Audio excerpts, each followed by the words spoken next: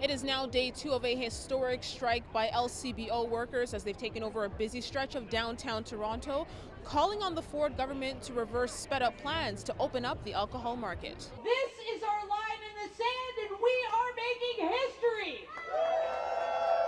Employees of the LCBO rallying near Bay and Bloor on Saturday, 24 hours after beginning their first ever strike. Keep it public! Keep it public! The brief downpour not dampening supporters' spirits. Some people, this is their whole life. I'm scared that, the privatization of alcohol sales could have a detrimental effect on casual employees. Workers hit the picket lines following months of failed contract talks between the union and management. Currently, there are no bargaining dates scheduled. One of the main sticking points, job security. We also have 70% of the LCBO workers who are casual. Another main issue, speeding up plans on making ready-to-drink cocktails more accessible. They're talking about big box stores and big box convenience stores in terms of like large corporate chains, many of whom are based out of the United States. They're not looking at growing Ontario. We're not against access or liberalization. We just want to be a part of it so that we can do it well. The first step starts in less than a month, when grocery stores that already sell beer and wine will be able to sell ready-to-drink cocktails.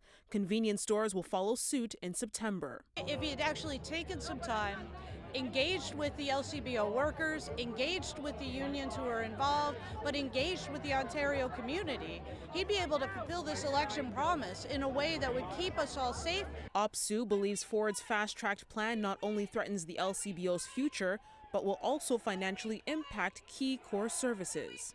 Our ability to actually provide the $2.5 billion in revenue directly into healthcare and education is hampered the more that we take sales out without simultaneously growing the LCBO. The Premier still yet to publicly speak, but the province's finance minister's office tells City News that with alcohol sales expanding to stores, bars and restaurants, LCBO revenues and the dividends paid to the government have continued to grow year over year. The union, though, saying, "We're here to say we think that we can do it better.